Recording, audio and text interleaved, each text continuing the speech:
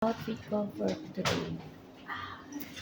Wala ako sa mood attire ng pang-aero. Pero, pang-aero naman tong shirt na to. It's leggings. Tapos, meron akong gym bra sa inside. Pero dahil malaki na yung tummy ko, nahihiya ako na gym bra.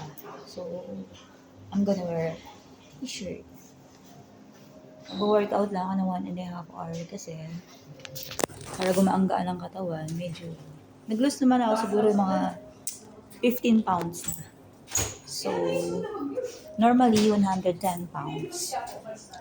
So, I gained 30 pounds. So, nag-lose na ako ng 15 pounds. So, another 15 pounds more.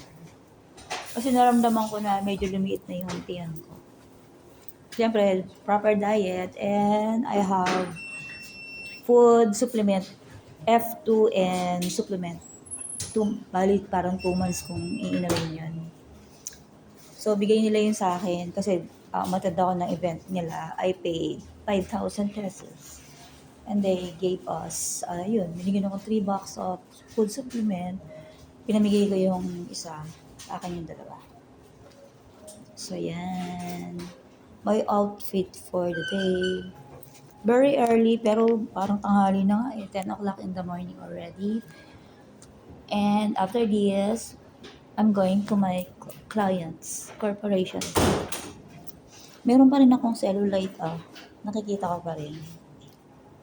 Hindi naman ako nagpapasexy, dahil sexy naman ako talaga.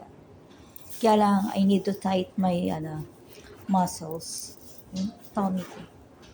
Parang di ako comfortable kasi sanay nga ako na walang tiyan. Tapos bigla ako nagkaroon. So, ayun. Kaya, I back to workout.